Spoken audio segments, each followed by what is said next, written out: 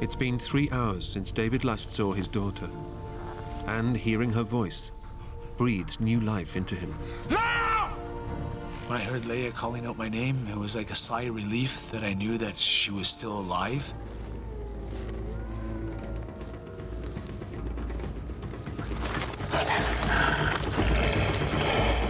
He's right to be afraid. I could hear a bunch of wolves. At that moment, I was petrified. Desperate to get out of the dark woods, Leia looks around for an escape route. I saw a path that led to a lake. And on the lake, it was very open, and I could see some lights.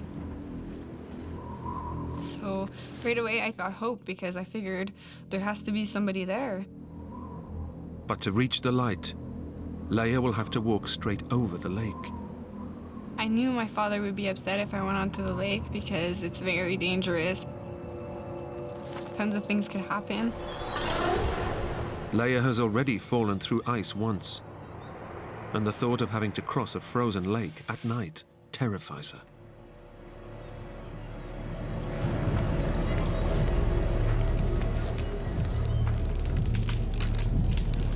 What if the ice breaks?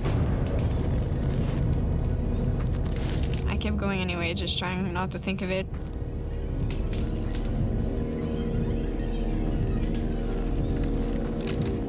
Leia heads towards the light.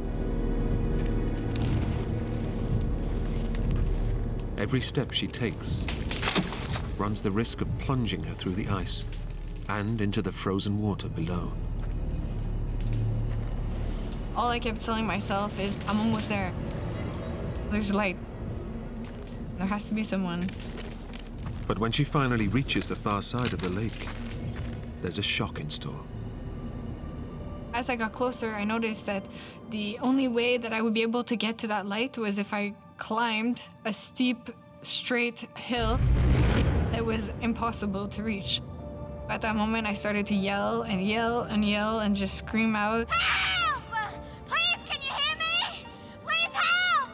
If anyone is there, they cannot hear her, and she cannot climb up the steep bank to get closer. Help! Please help me! I was very, very depressed at that moment. 11-year-old Leia has walked through the dark forest and across a frozen lake that could have taken her life, all to save her father. But it's been in vain. At the crash site, David's core body temperature is plummeting, and he's just hours from death.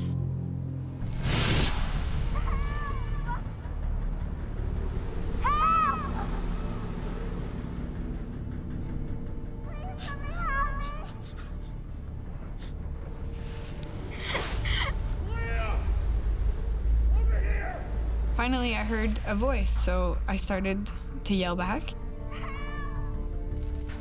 Leia! Leia! It was my father's voice. Leia heads in the direction his shouts are coming from. Daddy! It's been 3 hours since David last saw his daughter, and hearing her voice breathes new life into him.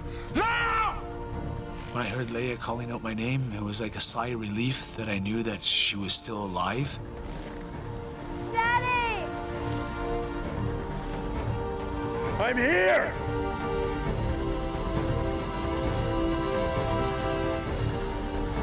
Over here!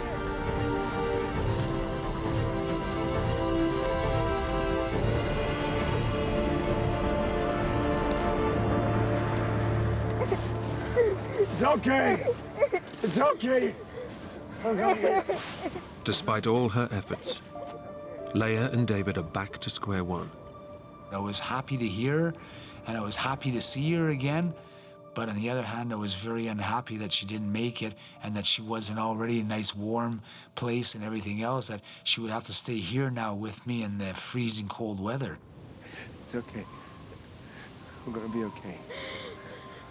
Leia can see that her father's condition has worsened. He didn't look well. He really didn't.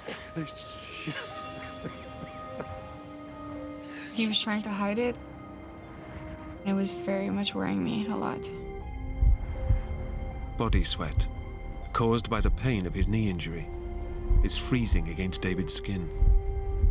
And with the wind chill dropping the temperature to minus 27 Celsius, his heart rate is slowly falling.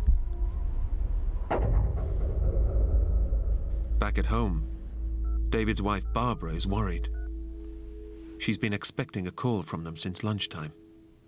Come 9 o'clock that night and they still hadn't called, I had this really bad feeling in my stomach that something was not right.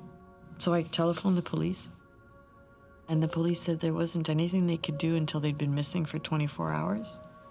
Okay, thank you. I was just totally devastated.